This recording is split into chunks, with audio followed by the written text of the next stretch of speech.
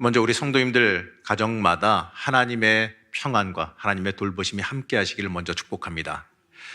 제가 지금 안경을 쓰고 있는데요. 지금은 이제 태가 있는 안경테를 쓰고 있는데, 이 전에는 옆에 두꺼운 렌즈가 다 드러나 보이는 무테를 주로 썼습니다. 그래서 그런지 이 성도님들 중에서 제 안경을 보시고 나서 목사님 눈이 얼마나 나쁘신 거예요? 이렇게 물어보시는 분들이 계셨어요. 아마도 좀 제 안경이 두껍기는 좀 많이 두꺼웠거든요. 그러니까 얼마나 시력이 안 좋은지 좀 궁금하셨던 것 같아요. 맞습니다. 제가 눈이 안 좋은 편이다 보니까 안경과 관련된 일화들이 조금 있습니다. 그 중에 하나인데, 이 대학교 때 이제 전도사로 이제 교회 수련회를 인도하러 갔다가 이 짓궂은 아이들의 장난 때문에 이 안경이 부러진 적이 있습니다. 그때 당시야 안경을 여벌로 여러 개를 갖고 있지 못했으니 안경이 부러진 상태로 좀 곤란해졌어요. 수련회야 여러 사람들의 도움으로 어쨌든 간에 어찌저찌 진행은 잘 했습니다만, 이 문제가 뭐냐면요. 이 집에 갈 때 문제가 좀 발생을 했어요. 이 평상시에 다니는 길이니까 안 보여도 대강 찾아갈 수 있겠다 싶어가지고 안경 없이도 갈 수 있다 생각했는데, 이 생각하지도 못한 곳에서 문제가 발생했습니다.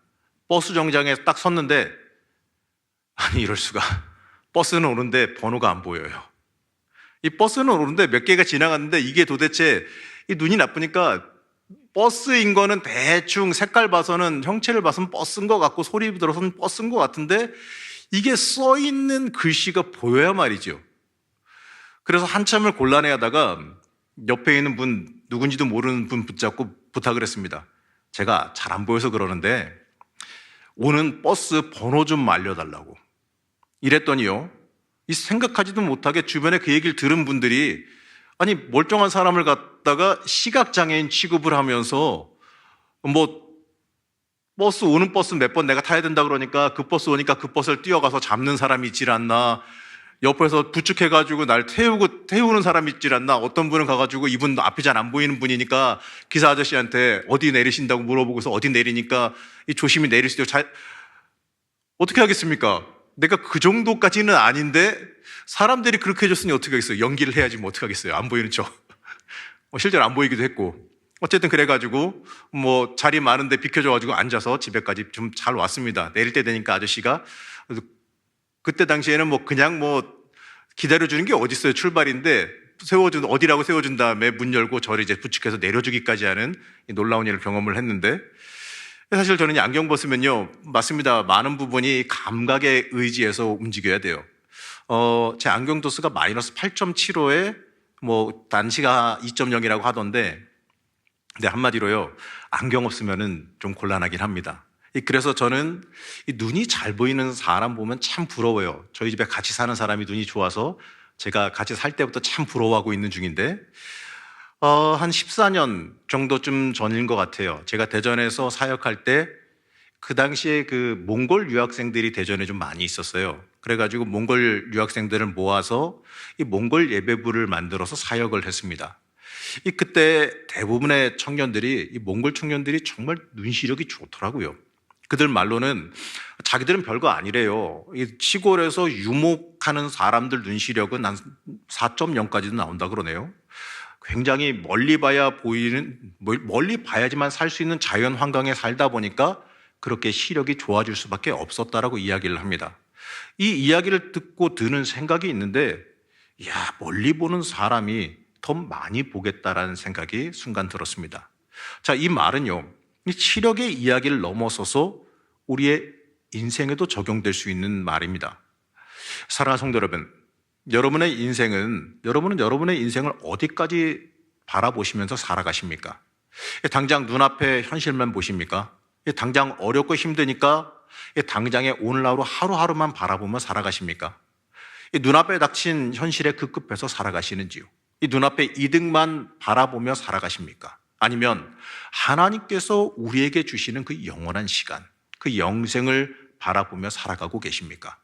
자, 우리의 인생을 이렇게 말합니다. 어렵고 힘든 인생이다, 이렇게들 말해요. 특히 요즘같이 경기가 안 좋으면 더 그렇게들 느껴질 겁니다. 하지만 어려울 때에도요, 우리가 이 올바른 비전을 붙잡고 살아간다면 우린 틀림없이 하나님이 주시는 위대한 결과를 맞이할 수 있을 겁니다. 오늘 함께 보시는 이 말씀을 통해서 이 승리하는 비전, 이 온전한 비전을 바라보는 주의 자녀 되시기를 축복합니다. 자, 오늘 함께 읽은 이 창세기 12장의 말씀은 우리의 인생을 멀리 보면서 위대한 출발을 한 한 사람을 소개합니다. 이 하나님께서 보여주신 위대한 비전을 따라서 이 어디로 인도하는지도 모른 채 이 새로운 출발을 시작한 사람이에요. 바로 이 아브라함이라고 불리게 되는 아브람입니다. 자, 이 아브람의 이름의 뜻은 이렇게 말할 수가 있어요. 성경의 뜻대로 보게 되면 고귀한 아버지란 뜻입니다. 하지만 그 고귀한 아버지란 이름인데 그 이름에 맞지 않게 어떻습니까? 그는 자녀가 없었습니다. 이 고귀한 아버지는커녕 이 아버지라고 하는 존재로도 살지 못하고 있는 상태였어요. 창세기 11장 30절 말씀은 그를 이렇게 안타까워하고 있습니다. 사레는 임신하지 못하였으므로 자식이 없었더라. 자, 아브라함이 살았던 그 시대에는 이 자식은 어떻게 보게 되면 성공의 기준이었고 축복의 통로였습니다. 이 축복의 기준이었어요. 얼마나 많은 자녀를 두었는지가 노동력의 잣대였고 또 그걸 통해서 생산력을 가질 수 있었고 그걸 통해서 많은 것을 누릴 수가 있었기 때문에 그렇습니다. 그렇기 때문에 얼마나 많은 자녀가 있느냐에 따라서 그 사람의 성공 여부가 결정되던 시절이었습니다. 이 자신의 가문과 성공이 이 자녀를 통해서 또 대를 이어서 나가기도 해야 됐어요. 그래야 나도 기억이 되어지고 그게 당연하게 받아들여지던 문화였습니다. 자, 그러한 그 시대에 이 아브라함이라고 하는 그 족장은 자녀가 없었습니다. 자, 어쩌면 이의 삶은요, 그때 당시의 기준으로는 미래에 대한 소망이 없는 삶과도 같아요. 자신의 일가를 유지할 방법이 없었기 때문에 더더욱 그렇습니다. 그런데 놀라운 일이 벌어져요. 이 아브라함에게 하나님께서 나타나서 생각지도 못한 비전을 보여주십니다. 창세기 12장 1절에서 3절 말씀을 다시 한번 보시게 되면 이렇게 말씀합니다. 여호와께서 아브라함에게 이르시되 너는 너의 고향과 친척과 아버지의 집을 떠나 내가 내게 보여줄 땅으로 가라. 내가 너로 큰 민족을 이루고 내게 복을 주어 내 이름을 창대하게 하리니 너는 복이 될지라. 너를 축복하는 자에게는 내가 복을 내리고 너를 저주하는 자에게는 내가 저주하리니 땅의 모든 족속이 너로 말미암아 복을 얻을 것이라 하신지라. 아멘. 자, 그때 당시에 이 아브라함에게 이 소원이 하나 있다면 뭐겠습니까? 아마도 죽기 전에 아들 하나 있었으면 좋겠다 이러한 마음이 아니었을까요? 그런 아브라함에게 하나님께서 엄청난 비전을 주세요. 아들 하나 주시는 것을 넘어서 큰 민족을 이루어내고 내 이름을 창대하게 하며 축복의 통로가 되는 인생을 살게 하겠다라고 말씀합니다. 자, 성경은 결론적으로 이 비전이 이루어졌다고 기록하고 있죠. 창세기 21장 2절 말씀에 보게 되면 이렇게 말씀합니다. 사라가 임신하고 하나님이 말씀하신 시기가 되어 노년의 아브라함에게 아들을 낳으니. 자, 이 결론적으로요, 이 아브라함은 아들을 낳았고 더 나아가서 믿음의 조상, 믿음의 선진이 됐습니다. 오늘 말씀은요, 바로 이러한 믿음의 조상으로 살아가는 그 출발점에 관한 말씀입니다. 그가 출발점에서 올바른 길을 선택하고 따라갔을 때에 그에게 주신 비전이 성취되어졌다는 걸 우리는 알고 있습니다. 자, 아브라함의 선택을 보면서 우리의 비전도 이루어지는 그 시작이 있기를 결단할 수 있어야 됩니다. 자, 아브라함을 보기 전에 아브라함의 아버지 데라의 이야기를 성경은 먼저 다루고 있습니다. 자, 아브라함의 아버지 데라는 아브라함과 함께 갈대아 우를 떠나 가나안 땅으로 향했습니다. 창세기 11장 31절에서 32절 말씀을 보게 되면 이렇게 말씀합니다. 데라가 그 아들 아브람과 하란의 아들인 그의 손자 롯과 그의 며느리 아브라함의 아내 사레를 데리고 갈대아인의 우르를 떠나 가나안 땅으로 가고자 하더니 하란에 이르러 거기 거류하였으며 데라는 나이가 205세가 되어 하란에서 죽었더라. 자, 데라는 가나안 땅을 향해서 출발했어요. 이 전승에 따르게 되면 이 데라가 갈대아 우르의 그 신들을 앞에서 떠나갔다. 이 갈대아 우르의 그 우상들 앞에서 떠나갔다라고 말합니다. 이 주석에서는 이것을 뭐라고 말하냐면 데라가 극심한 하란의 그 우상 숭배의 회의감을 느껴서 그것을 떠났을 가능성이 있다라고 해석하고 있습니다. 물론 그렇다고 해서 그의 여행이 하나님의 계시나 인도함을 받아 간 거라고 말할 수는 없어요. 데라는 끝까지 철저한 우상 숭배자이자 다신론자로 죽었기 때문에 그렇습니다. 여호수아서는 이 데라에 대해서 이렇게 말하는데, 여호수아서 24장 2절 말씀에 보게 되면 아브라함의 아버지 데라에 대해서 이렇게 말합니다. 여호수아가 모든 백성에게 이르되 이스라엘의 하나님 여호와께서 이같이 말씀하시기를 옛적에 너희의 조상들 곧 아브라함의 아버지 나홀의 아버지 데라가 강 저쪽에 거주하여 다른 신들을 섬겼으나, 이렇게 평가합니다.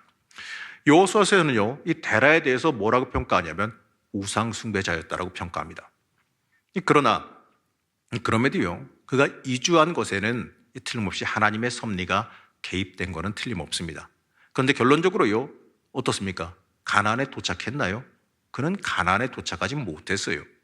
똑같이 우상 숭배가 심했던 하란에 머물렀고 하란에서 그의 인생을 마감했습니다. 이 하란이라고 하는 곳은 어떤 곳이냐면 그 이름 뜻은 교차로라는 이름을 가지고 있어요. 왜 그러냐면 사방팔방으로 이어지는 국제 무역의 중심지였기 때문에 그렇습니다. 어쩌면 갈대아 우르보다도 더 번창하고 화려한 곳입니다. 이 데라는 어쩌면 이 자신이 정한 그 비전보다 이 현실의 부요함과 편안함을 선택한 걸지도 모르겠습니다.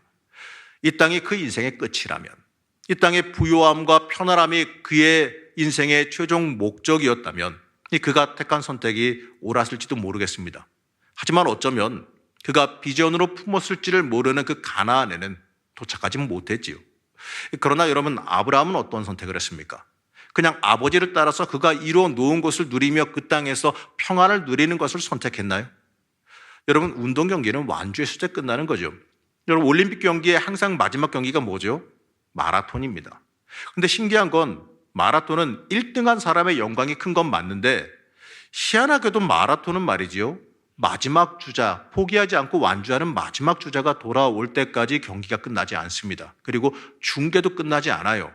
참 희한한 부분이죠. 왜 그러냐면 이 마라톤은 마지막 완주하는 사람까지도 배려하면서 그의 노력을 인정하기 때문에 그렇습니다. 그 이유는요, 마라톤 완주 자체가 대단한 일이기 때문에 그래요. 여러분, 우리 인생도 똑같습니다. 이 비전을 품고 그 끝까지 가는 게 중요한 일이에요. 앞장서는 것이 중요한 게 아닙니다. 우리가 이 하나님께서 인도하시는 그 비전을 우리 인생 가운데 품었다면 끝까지 가는 삶, 끝까지 비전을 품고 따르는 삶을 살아갈 수 있어야 됩니다. 그러기 위해서는 상황과 여건에 주목해서는 안 돼요. 데라가 만일 이 전생에서 말한 것처럼 처음 마음 먹은 대로 가나안 땅을 향해서 끝까지 향했다면 그의 인생이 하란에서 머물다가 그냥 끝난 인생은 절대로 되지 않았을 겁니다. 우리가 이 세상의 것에만 주목하고 이 땅의 평안함과 부요함, 이 땅의 즐거움에만 집중한다면 어쩌면 이 데라와 같이 우리가 가야 될 목적지에 도착하지 못하고 그저 인간적인 곳에만 머물게 될지도 모르겠습니다. 이 세상적으로는 좋을지라도 하나님의 비전과 관계가 없어지는, 이 어쩌면 하나님과 끊어지는 최악의 결과를 마주할지도 모르겠습니다.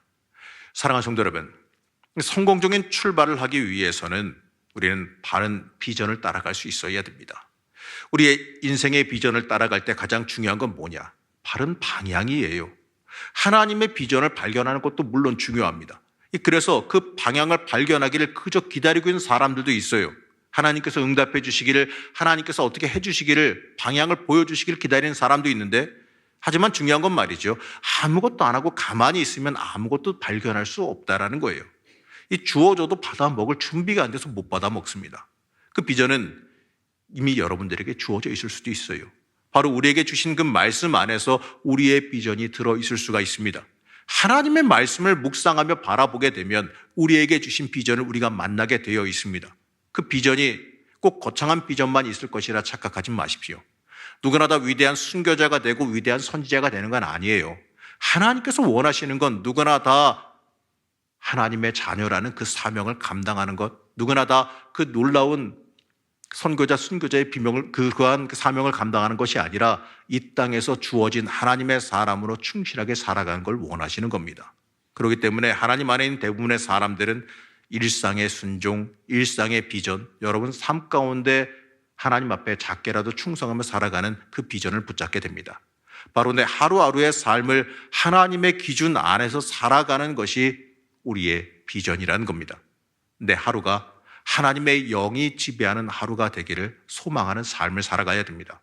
우리가 하나님이 주신 그 비전을 이루는 성공적인 인생을 살아가길 원한다면 우리는 이 순간순간 하나님의 말씀을 따라갈 수 있어야 돼요.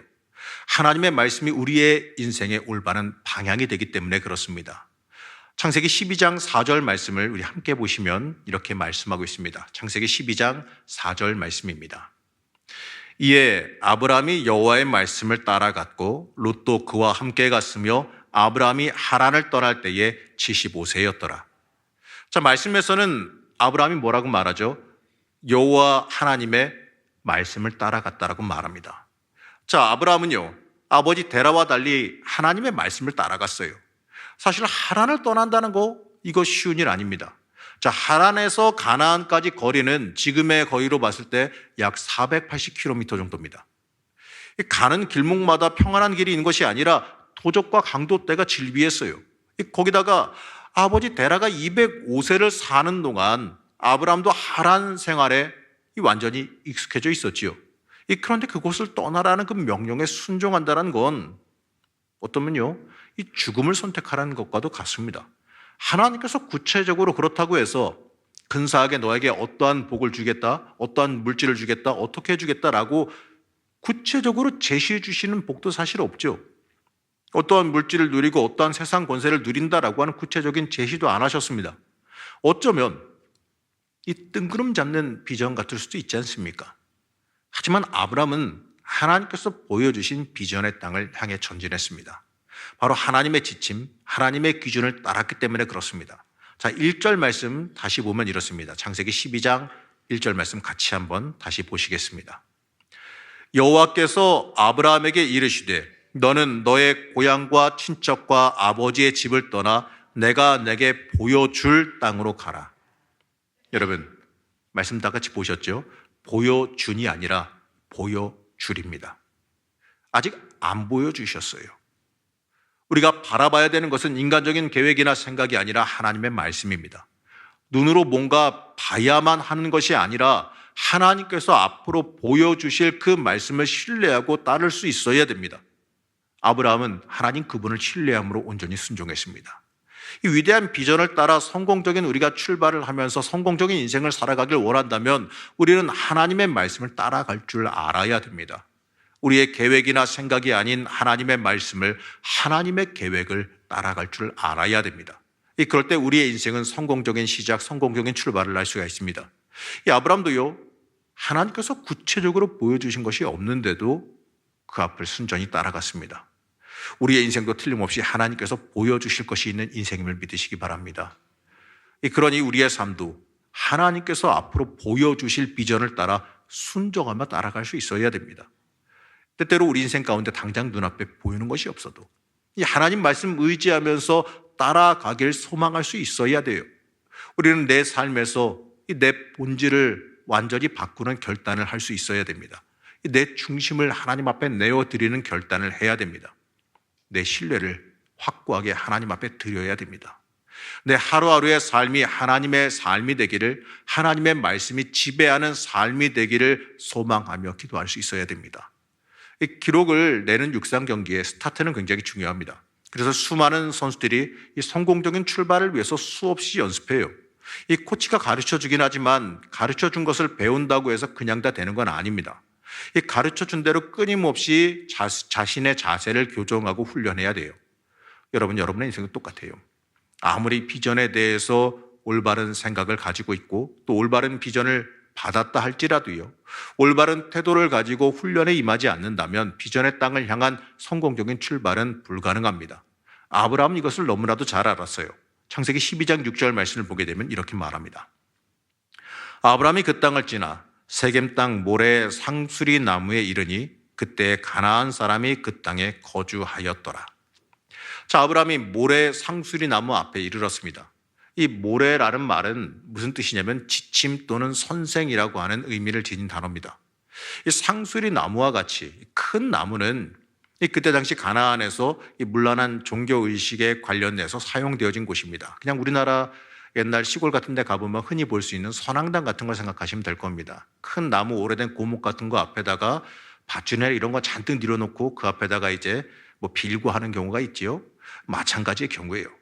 굳이 성경에서 이러한 내용이 기록된 건 당시에 가나안이 문란한 종교의식을 따르고 있었다라는 상징, 그곳에 우상 숭배가 만연했고 하나님과 관계없는 민족들이 살고 있었다라는 상징입니다. 아브라함이 도착했던 그 가나안 땅은 아무도 살지 않는 유토피아나 모든 것이 다 준비되어져 있는 땅이 아니었어요. 오히려 하나님을 대적하는 이방신들이 하나님의 백성을 잡아먹으려고 드는 치열한 전쟁터와 같은 곳을 들어간 겁니다. 하나님께서 인도하시는 비전은 아무런 대가와 수고 없이 저절로 주어지는 게 아니에요. 우리의 인생에서 하나님의 비전을 따른다라고 결단했을지라도 모든 것이 다 순탄하게 지나가는 것은 아닙니다. 우리가 하나님을 따라가겠다라고 결단하는 그 순간부터 내가 하나님을 위해서 내 삶을 정비하고 하나님을 위한 삶을 살겠다고 결정한 그 순간부터 사실은 영적인 전쟁의 시작입니다. 그 결단의 순간부터 아브라함은 먼 길을 가족과 함께 떠나가야 됐어요.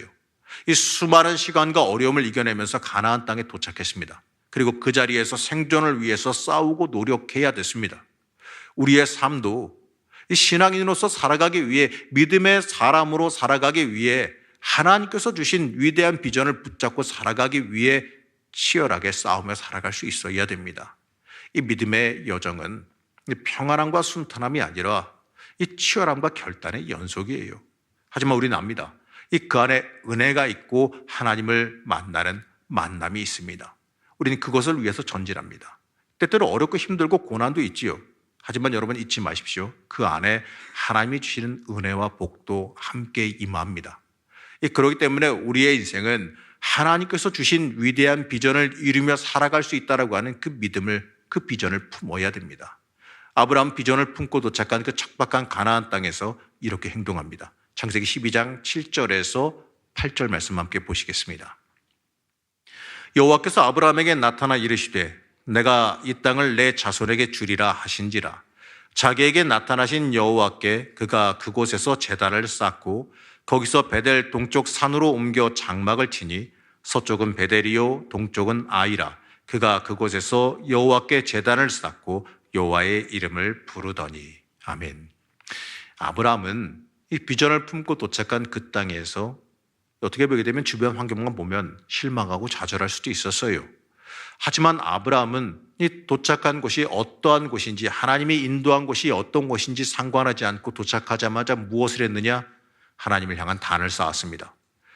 주어진 조건, 주어진 환경에 주목하지 않고 하나님이 앞으로 주실 비전에 주목했습니다. 그래서 그는 도착하고 제일 먼저 하나님께 단을 쌓고 예배를 드렸습니다. 이 뜻은 하나님의 그 위대한 비전이 이루도록 내 자신을 먼저 드리겠다는 의미예요. 이 단을 쌓았다는 것은 다른 신들을 섬기는 그 풍토에 휩쓸리지 않고 오직 하나님이 주신 비전만 바라보며 내가 달려 나아가겠다라고 하는 결단의 예배입니다. 이 아브라함은 이 가나안의 척박한 땅에서 오직 하나님만 경배했습니다. 그러나 이게 어떻습니까? 쉬운 일 아니에요. 이 끊임없이 흔들리는 자기 자신을 추스르기 쉽지 않을 겁니다. 왜냐하면 현실은 만만하지 않기 때문에 그래요. 이 비전을 품었을지라도, 하나님을 향한 마음을 품었을지라도 현실의 상황에 오게 되면 현실은 만만하지 않고 힘들고 어렵습니다. 많은 고난이 기다려요. 그래서 아브라함은 거주지를 옮길 때마다 그때마다 제단을 쌓았습니다. 어려움에 자리를 이동할 때마다 제단을 쌓고 하나님만 바라봤어요. 옮길 때마다, 어려움을 만날 때마다 이 자기 자신을 이끌고 있는 그 비전을 바라보며 자기 자신을 다시 새롭게 했습니다. 하나님 중심으로 자기 자신을 매 순간순간마다 다시 정비하고 세웠습니다.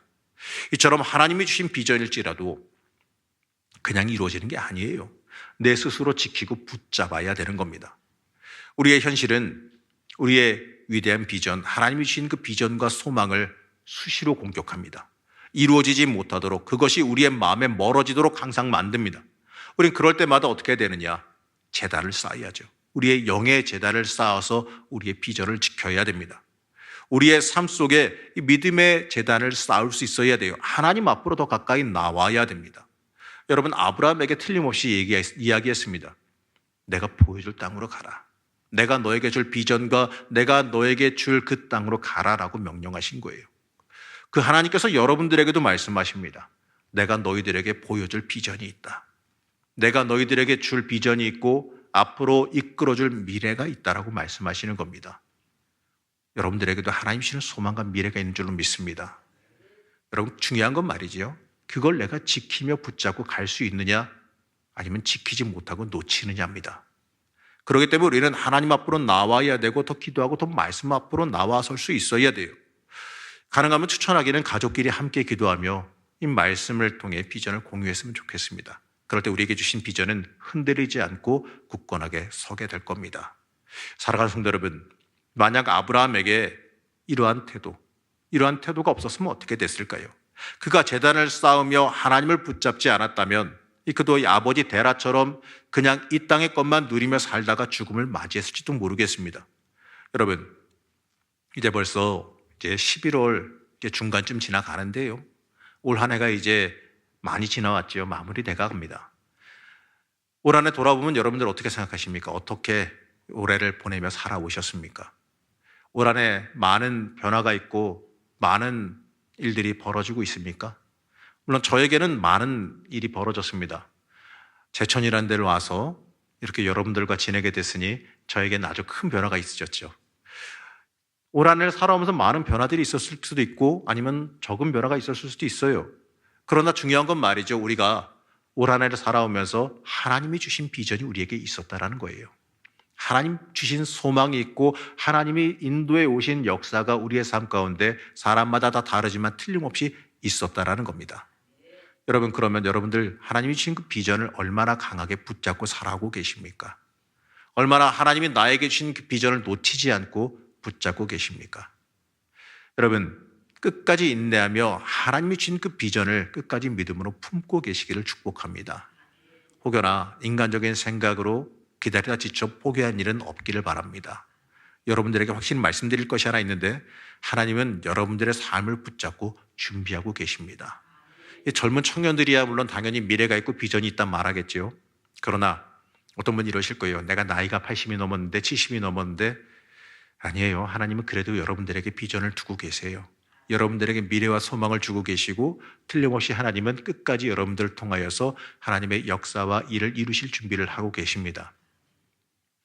하나님은 어쩌면 이러실 것 같아요. 내가 너 데려가기 전까지 쓸 거다. 너는 나에게 천국 오기 직전까지도 가치가 있단다. 이러실지도 모르겠습니다. 아마 그러시리라 저는 믿습니다.